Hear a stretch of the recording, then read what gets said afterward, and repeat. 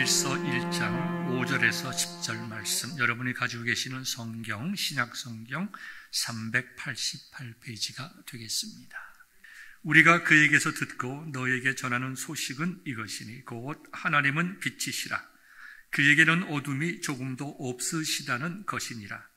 만일 우리가 하나님과 사귐이 있다 하고 어둠에 행하면 거짓말을 하고 진리를 행하지 아니함 이거니와, 그가 빛 가운데 계신 것 같이 우리도 빛 가운데 행하면 우리가 서로 사귐이 있고 그 아들 예수의 피가 우리를 모든 죄에서 깨끗하게 하실 것이요, 만일 우리가 죄가 없다고 말하면 스스로 속이고 또 진리가 우리 속에 있지 아니할 것이요, 만일 우리가 우리 죄를 자백하면 그는 미쁘시고 의로우사 우리 죄를 사하시며 우리를 모든 불의에서 깨끗하게 하실 것이요, 만일 우리가 우리 범죄하지 아니하였다 하면 하나님을 거짓말하는 이로 만드는 것이니 또한 그의 말씀이 우리 속에 있지 아니하니라. 하나님의 말씀입니다. 아멘. 여러분의 가정 위에 참 하나님의 주시는 위로와 은혜가 충만하기를 소망합니다.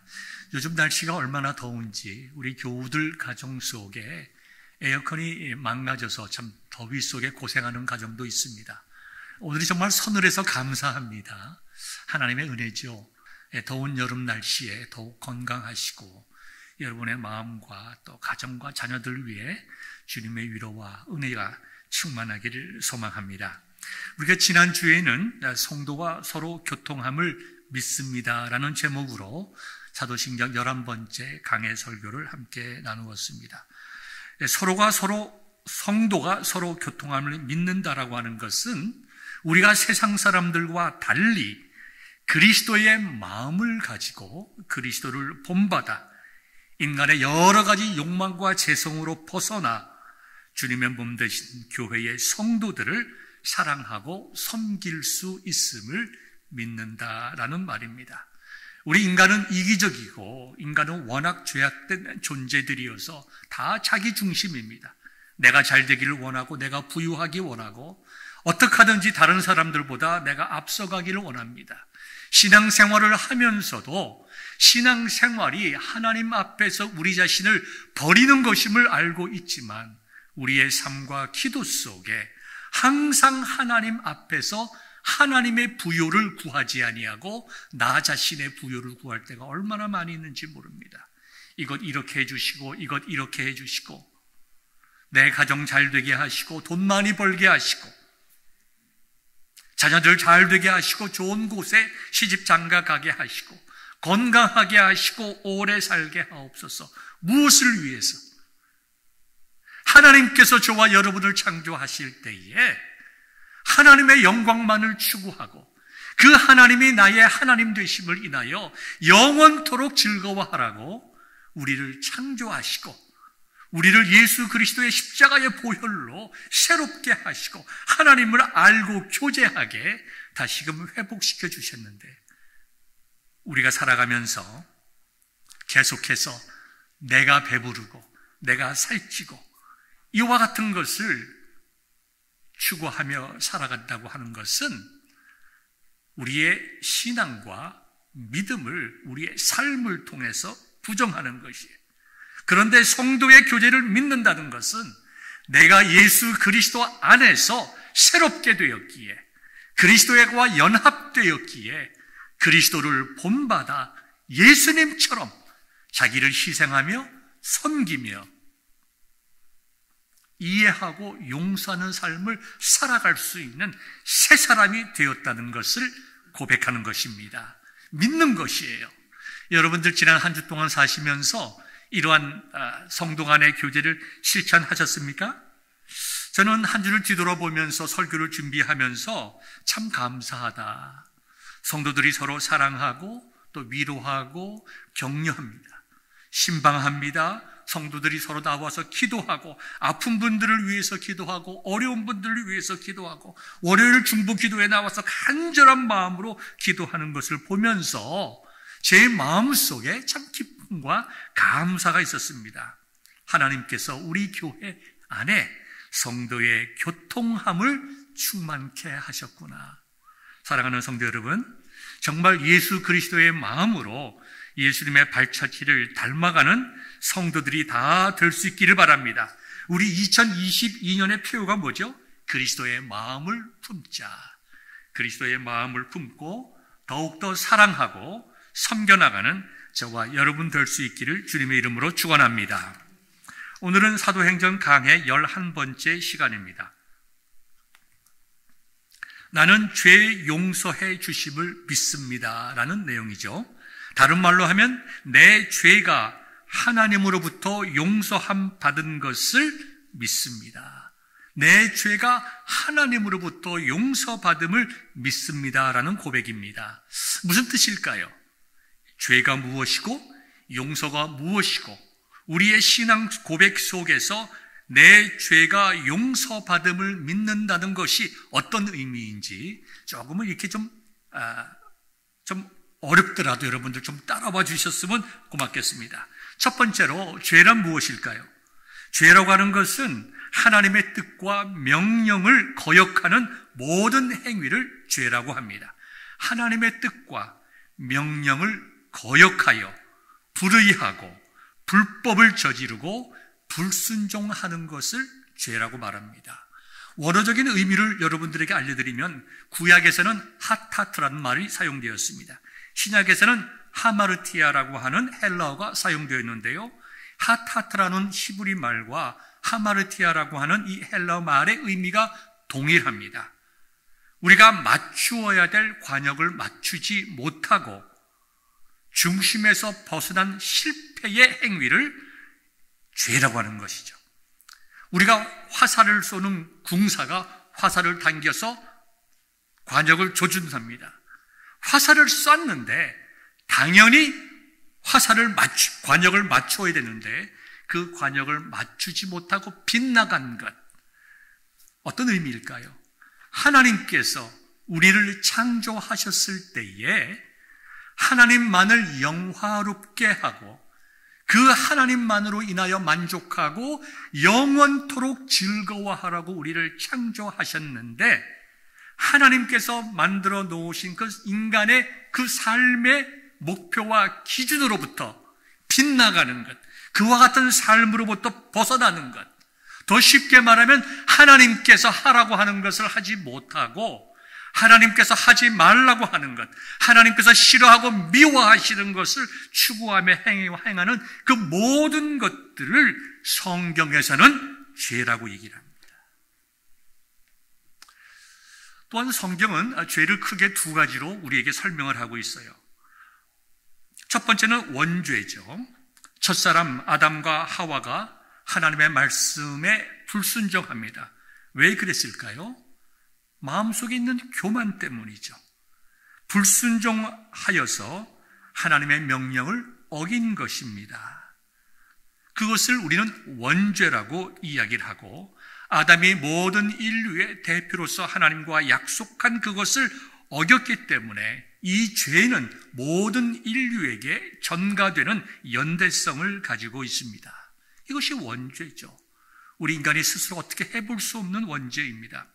그런데 두 번째는 이제 자범죄라고 말씀드릴 수가 있는데요. 이 자범죄는 원죄의 영향으로 우리 속에 생겨난 죄성, 죄 짓는 것을 좋아하는 마음으로부터 나오는 모든 불순종과 불법과 불의를 말하는 것입니다.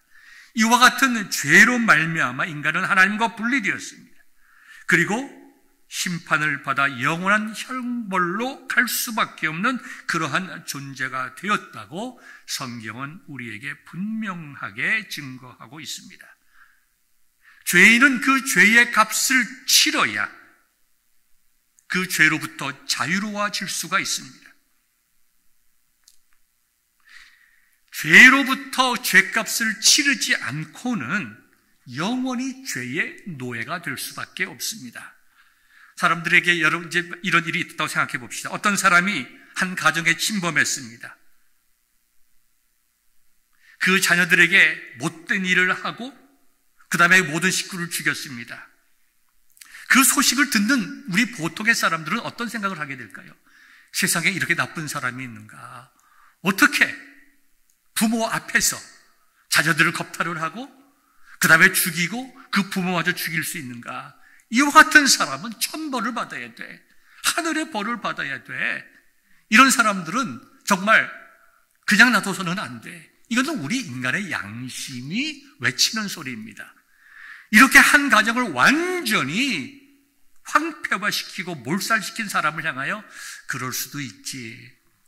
정신이 좀 문제가 있었나 보지. 사람들은 다 그런 죄를 지을 수가 있어. 이와 같이 얘기하고 그 사람에 대해서 아무런 느낌이 없는 사람은 아마 양심에 화인 맞은 사람이죠. 적어도 상식적인 인간이라고 하면 그와 같은 죄에 대하여 마땅히 값을 치러야 된다고 우리는 말하게 됩니다.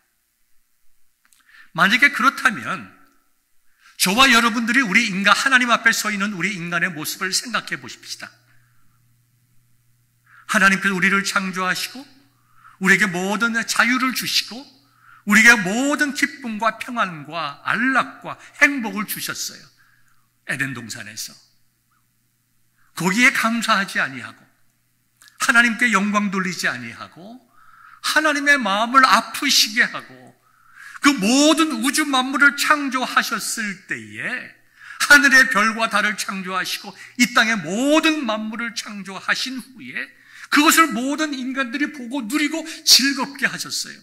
그 모든 은혜를 배신하며 하나님과 같이 되려고 하는 교만한 자의 행동에 대해서 하나님께서 아무렇지 않게 지나간다고 하면 그건 우리 인간의 입장에서 보더라도 그건 공의롭지 못한 것이요 있을 수 없는 일이라고 우리는 말할 수밖에 없습니다. 인간의 죄라고 하는 것은 인간 스스로 해결할 수가 없는 죄입니다. 로마서 3장 10절에 보면 모든 인간이 죄인이라고 말씀하고 있어요. 의인은 없나니 하나도 없다고 말씀하고 있습니다. 이 죄의 문제가 또 이 죄로 인한 죽음과 영원한 형벌의 문제가 우리 모든 인간들의 마음속에 큰 아픔이요 상처가 되는 것입니다. 이것으로부터 도피하려고 사람들은 수많은 종교도 만들어냈습니다. 그런데 성경은 우리에게 분명히 말씀하고 있는 것이 인간 스스로 해결할 수 없는 죄와 용서의 문제를 우리 주 예수 그리스도께서 해결하시고 예수 그리스도를 통하여 그분만을 통하여 죄가 용서받고 죄로부터 자유스럽게 되어 죄의 형벌로부터 영원한 하나님의 나라로 들어갈 수 있음을 선포하고 있습니다. 우리는 이것을 복음이라고 이야기를 하죠. 사실 많은 사람들은 죄로 인해서 고통을 받는데요.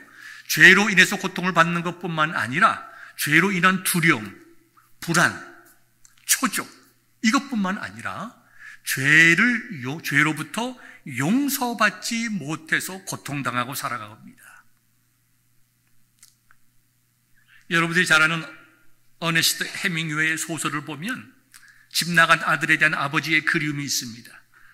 문제가 많은 아들 이름이 파코입니다. 파코가 집을 나갔습니다. 집에 돌아가고 싶어도 아버지 앞에 잘못한 일이 너무나도 많아서 감히 집에 돌아가지를 못합니다. 이것을 아는 아버지가 아들을 찾지만 찾을 수가 없었습니다. 그래서 이 아버지는 파코를 찾기 위해서 신문에 광고를 냅니다. 파코야, 모든 것을 용서하마. 다음 주 일요일 10시에 시청 앞에서 만나자. 신문에 광고를 크게 냈습니다. 그리고 아버지가 그 다음 주 일요일에 10시에 시청 앞에 나갔습니다. 얼마나 파코가 많은지. 이 파코라고 하는 것은 스페인에서 아주 평범한 이름입니다. 미국 말로 하면 빌 같은 이름이죠. 데이비드 같은 이름이죠. 700여 명의 파코가 가장 모여있는 거예요. 아버지가 자기 용서해 주었다고 하니까.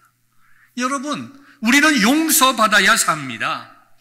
부모도 자녀로부터 용서받아야 되고 자녀도 부모로부터 용서받아야 됩니다.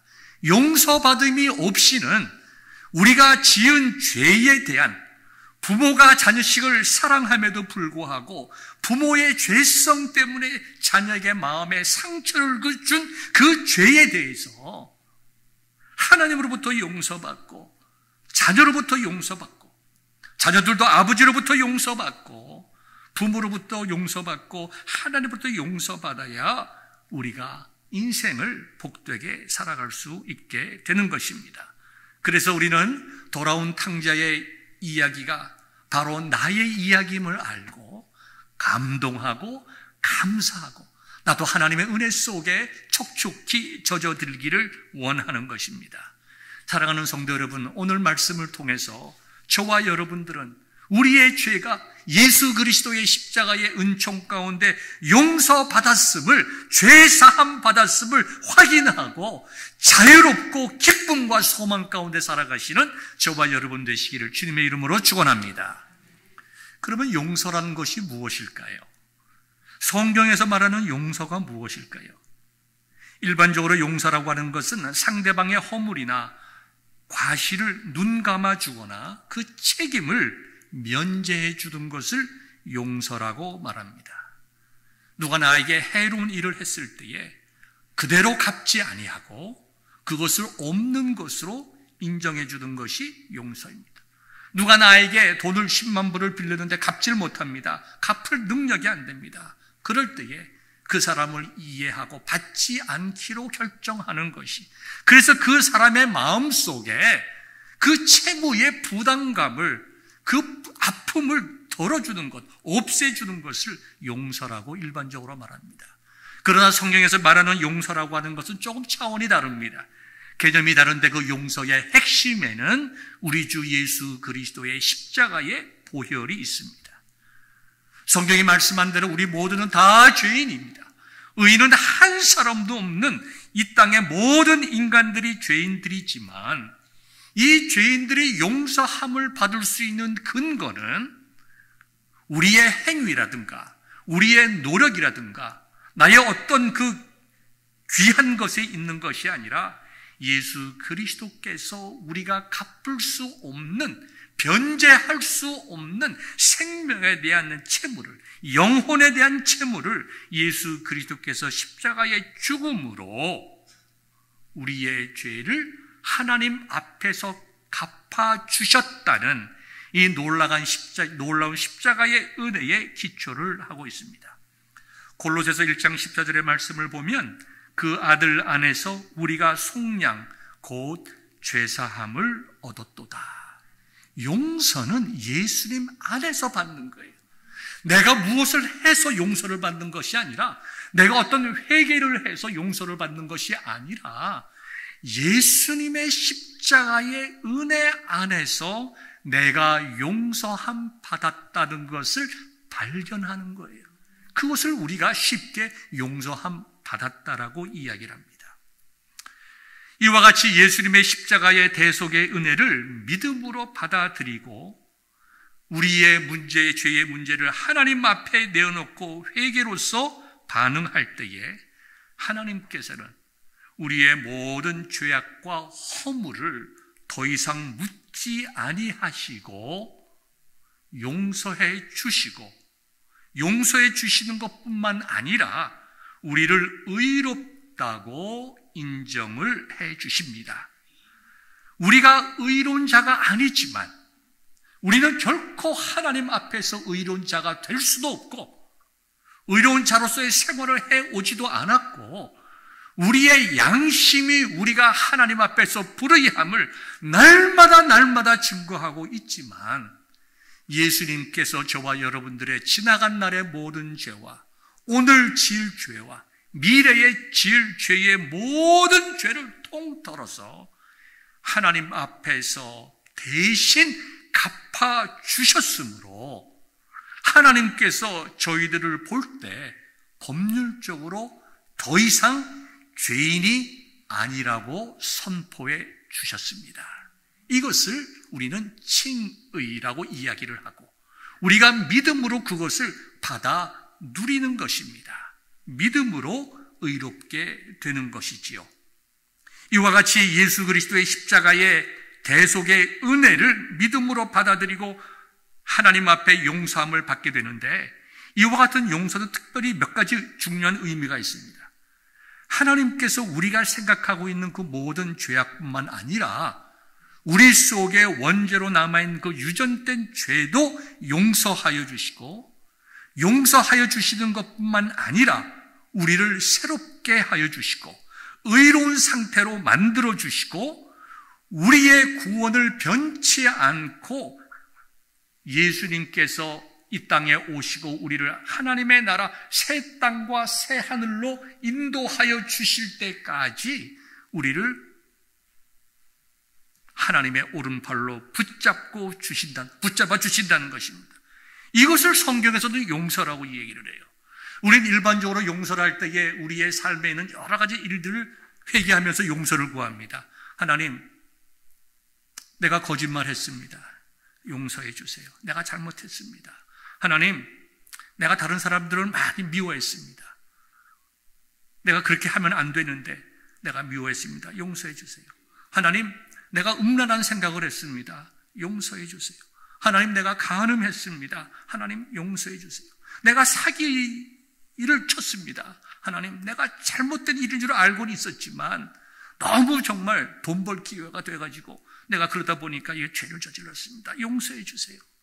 우리는 이와 같이 우리의 삶 속에 있는 일부분의 이야기들을 가지고 죄의 용서를 말씀하고 있지만, 하나님께서 우리를 용서하신다고 얘기하시는 것은, 성경이 말씀하시는 용서는 이와 같은 개인의 일반적인 사건의 내용뿐만 아니라 근본적으로 우리로 하여금 빗나가는 삶, 관역을 맞추지 못하는 삶에서 관역을 맞추는 삶을, 우리가 하나님 앞에 의롭지 않았지만 어제보다 오늘보다 내일이 하나님 앞에서 의로운 삶을 살아갈 수 있는 사람으로 변화시켜 주시는 것을 용서라고 말하는 거예요.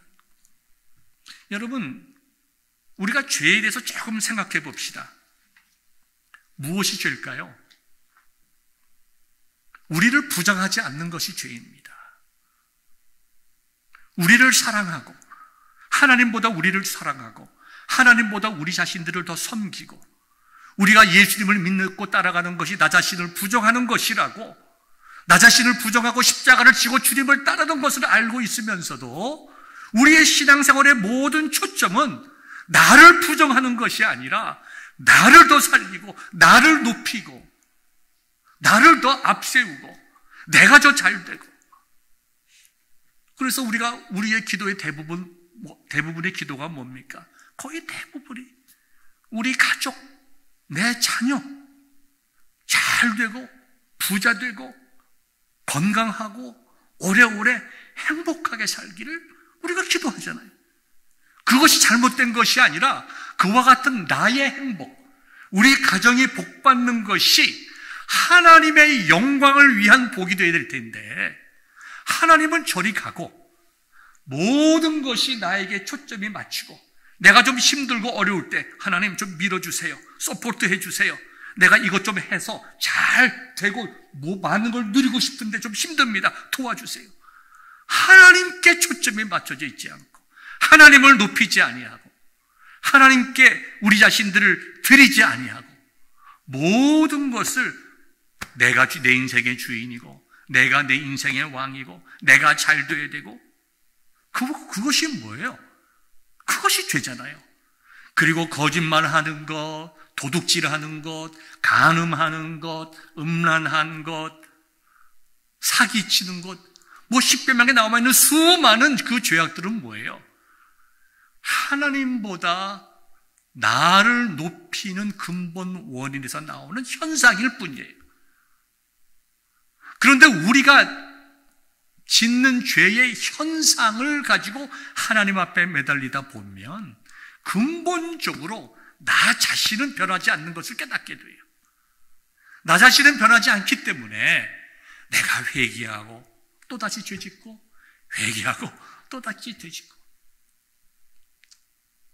개가 그 토한 것을 다시 먹는 것처럼 하나님 앞에서 의롭지 않은 것을 행하고, 알고 회개하고 또 짓고, 알고 회개하고 또 짓고, 누가 그렇게 살아갑니까?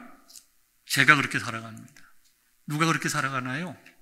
여러분들도 그렇게 살아갈 줄 믿습니다. 우리 인간은 이처럼 어쩔 수 없는 죄인이에요. 어쩔 수 없는 죄. 그래서 우리는 용서가 필요합니다. 우리는 용서가 필요해요. 그래서 사도신경에 나와 있는 내 죄의 용서함을 우리는 갈구하고 근본적으로 내 죄가 용서함 받아야 되는 것을 믿어야 되는데요. 어떤 분들은 이렇게 이야기를 합니다. 첫 번째로, 예수님께서 나의 모든 죄를 용서해 주셨는데 왜 우리는 계속 회개해야 되는가? 저도 오늘 말씀을 드렸잖아요. 예수님께서 우리의 과거의 죄, 오늘 우리가 지을 죄, 우리의 미래에 지을 죄까지 다 용서해 주셨다고 하는데 왜 우리가 또 매일 회개를 해야 하는가? 매일매일 회개를 하는 것은 예수님께서 우리의 죄를 완전히 십자가에서 단번에 용서해 주신 그 은혜를 헛되게 하는 것이다. 누가 그런 얘기를 합니까? 구원파들이 그런 얘기를 하는 것이죠. 여러분, 그 말씀이 옳지 않습니다. 왜 우리가 회개를 해야 하는가 하면 회개는 두 종류의 회개가 있습니다. 첫 번째 회개는 메타노에오라고 하는 회개입니다. 우린 다 회개란 말이 나와 있지만 원어적인 의미를 보면 헬러어로 메타노에오의 회개가 나오는데 이건 우리가 어디서 발견하게 되냐면 세례 요한이 회개하라, 천국이 가까웠느니라. 팀 미니스트리를 했던 예수님께서도 첫 번째 외침이 무엇이었습니까? 회개하라, 천국이 가까웠느니라. 이때의 회개가 메타노에오의 회개예요.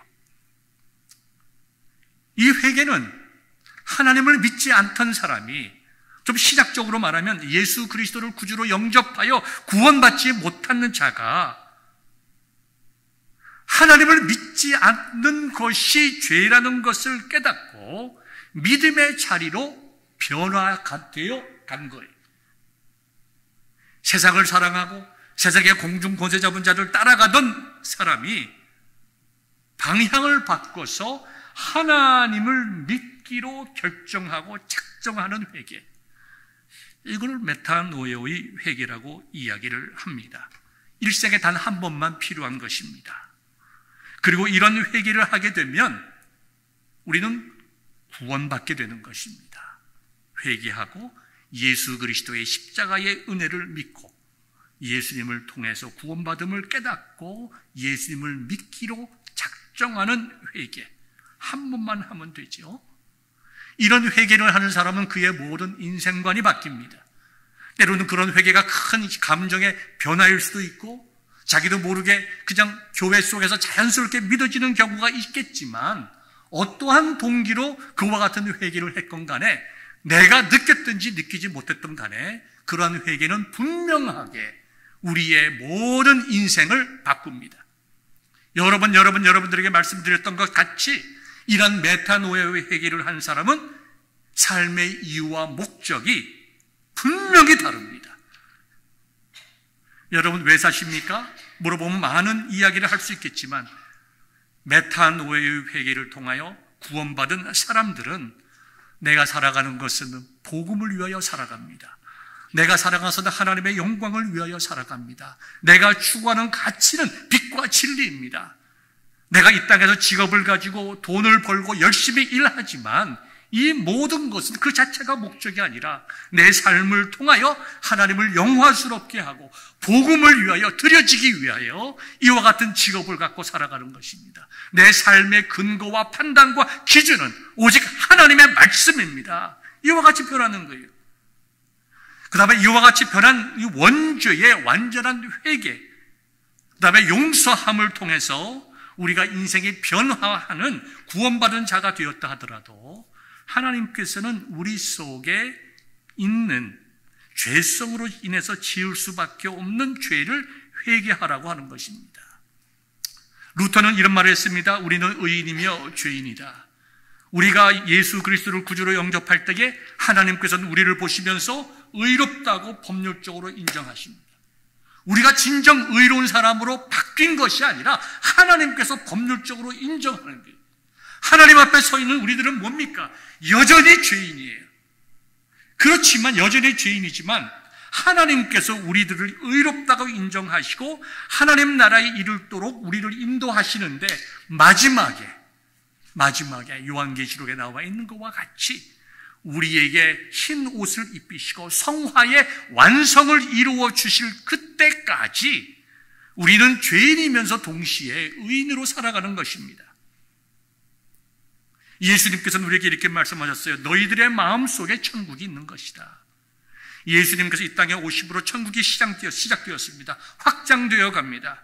우리는 우리 속에 천국을 누릴 수 있는, 근본적으로 천국이 무엇인 줄 알고 그것을 누릴 수 있는 사람으로 바뀌었어요. 그런데 그것을 누리지 못하는 이유가 무엇일까요?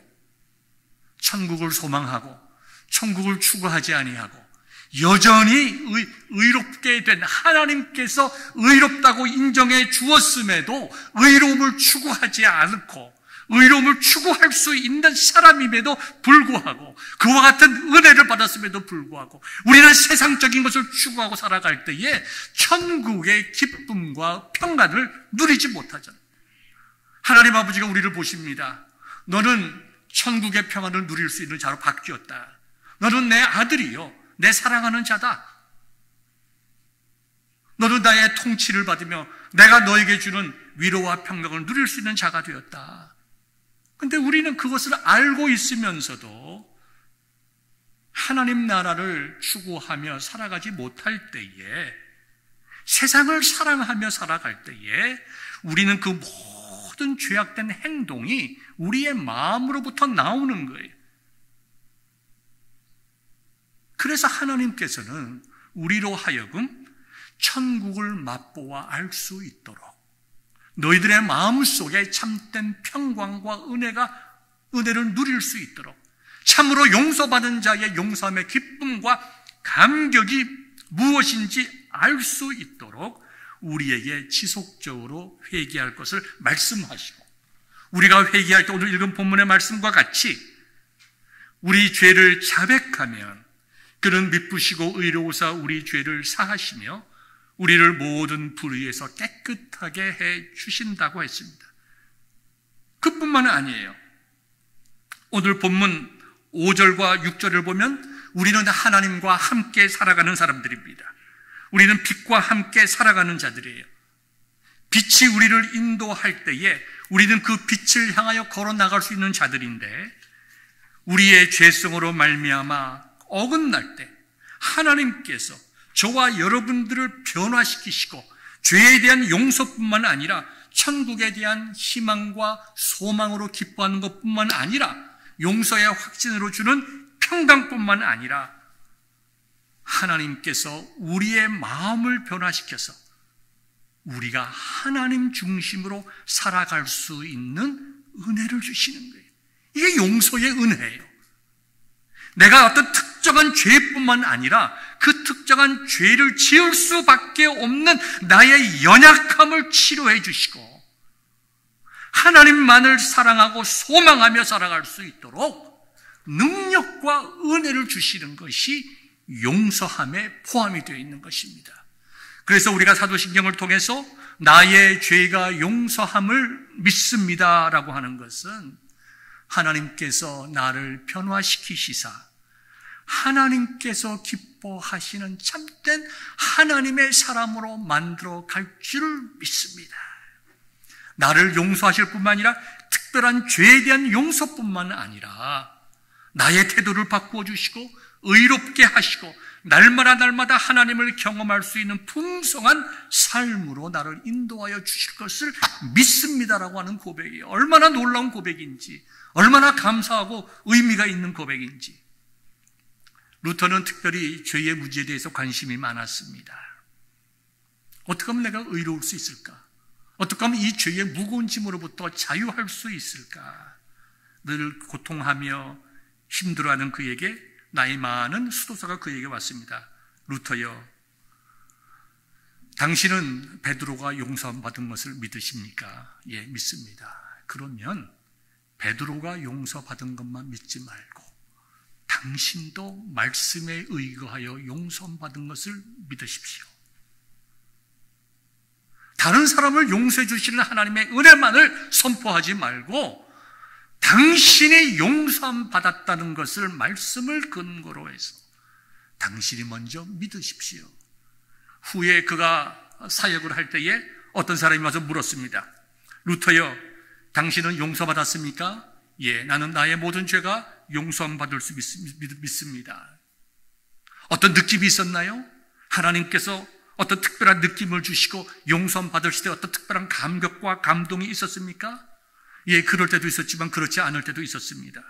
그러나 분명한 것은 내가 어떤 용서함 받았다는 느낌에 내 용서함의 근거가 있는 것이 아니라 주 예수 그리스도의 십자가의 은총 안에서 나의 모든 죄가 용서함 받는다는 하나님의 약속의 말씀에 근거하여 내가 용서함 받았음을 믿습니다.